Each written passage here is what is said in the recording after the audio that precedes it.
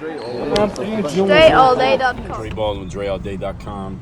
Let's talk about the value of doing your homework. And I thought about this subject because just today, this morning, I was running across the Venetian Causeway here in Miami, which is a very long strip of road. It's like 4.5 miles, something like that. And I was near the end of it. There's two ends. One end is in the city of Miami. The other end is Miami Beach, South Beach. And I'm about to pass these two guys. It was these two guys. They were probably 30. And they were running. It looked like they were running together, but one guy was a little bit in front of the other guy. And I passed one of them because they were like run, then they would stop and walk a little bit and run. And I could see them because it's a straight lane, so I could see them as I'm catching up to them. And when I'm running, I like to catch up to people and pass them. I use it as a little game because most of the runners out here there are runners out here who are faster than me. I ain't the fastest in the world. I ain't no professional runner, but I'm pretty good. I'm pretty fast. So anyway, as I'm passing the second guy, and he's like this chubbier guy. He wasn't fat, but he was kind of chubby. And he had probably like 20% body fat. And I ain't got 20% body fat, so this guy would never beat me in a straight up race from the beginning, but he was already in front of me, but I caught up to him. So first of all, for me to even catch up to him, I had to be running faster than him, right? Because how I catch up to him, because it's a straight lane road, so it's not like he turned off anywhere. It's a straight road. So anyway, when I'm about to pass him, I get about 10 feet behind him and he could see me. I could see him like turning his head. He could see me in his periphery. He could see that I was hunting him down from behind. And this is what happens with men. They do this. When I'm about to pass them, they'll start running faster, right? So I can't pass them. I knew I was going to pass him, but as I slowly caught up to him, I jumped off the sidewalk and like into the bike lane so I could pass him. And I passed him, then I taunted him a little bit, like I did like this, like the Matumbo finger, and I was like, come on, like keep up. He couldn't keep up, and he knew he wasn't going to keep up. I knew he wasn't going to keep up, and I passed him, and I left him behind. Anyway, I'm sharing all that to say this. The only reason I could do that is because I have trained myself, and I'm conditioned to do it. I got the conditioning, I got the speed to where somebody challenges me like that, I could do that and beat them.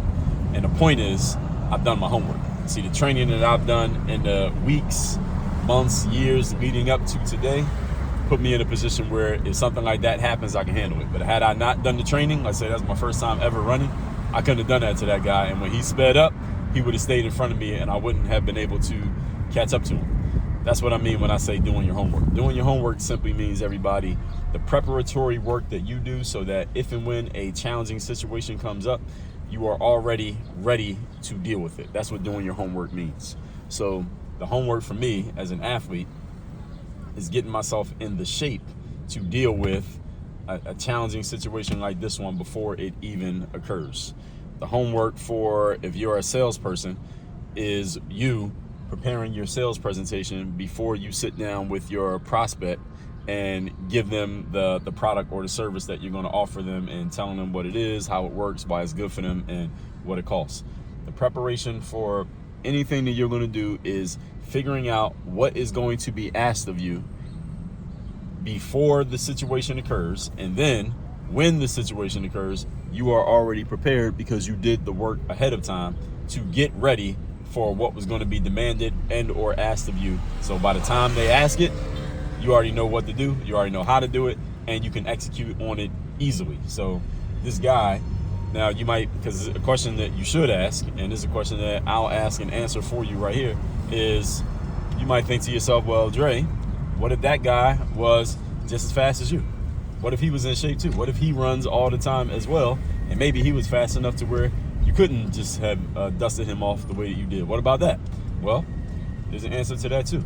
My answer to that is I could size him up pretty well. I sized this guy up pretty well, and I looked at his stomach, because his stomach and his arms, he was shorter than me, which means his legs ain't as long as me. His stride length is not as long as mine in terms of running. And I was looking at his arms, and I could see he didn't really have any muscle definition.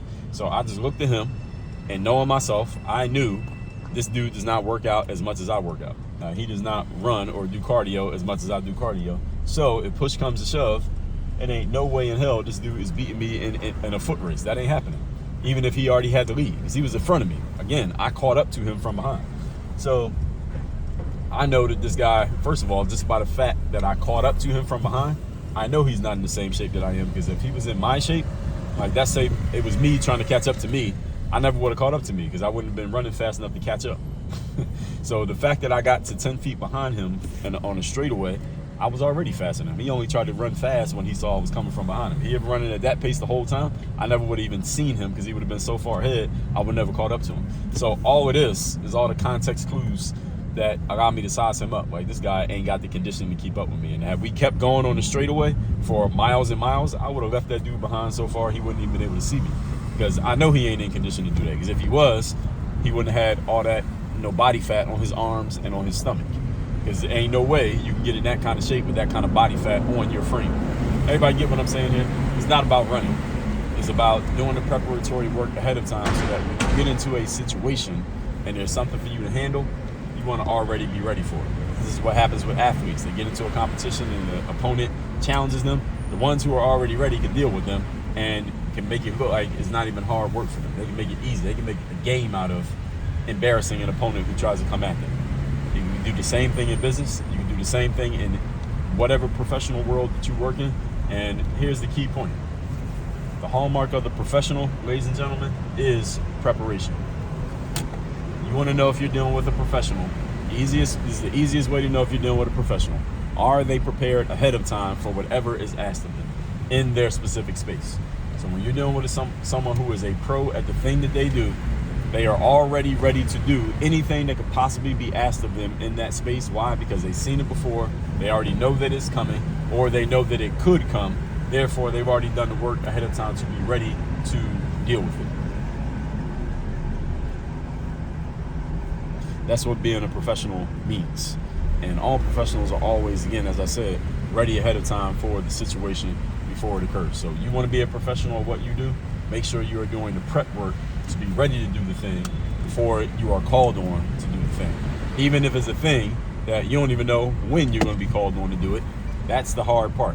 That's what we call the third day. Doing that work, even when maybe you don't know when you're going to get a chance to do it or another chance to do it, but you do the work anyway, so that if and when that call comes, you're good to go. That's what the pros do. That's hard. It's not easy. It's a mental challenge, but dealing with that mental challenge is the reason why they pay you. And as a professional, the dictionary definition is someone who gets paid to do something as their main occupation. So you want to get paid to do a thing, do the preparatory work. Do the work ahead of time before the situation calls for you to do it, because you never know when that call might come. And when it comes, you'll be ready to answer. With that said, folks, make sure you are joining Work On Your Game University. That's the place where I do all my coaching. If you would like to have me as your direct coach, go to Work On Your Game University. That's the place where I coach people on our 4-part framework of mindset, strategy, systems, and accountability.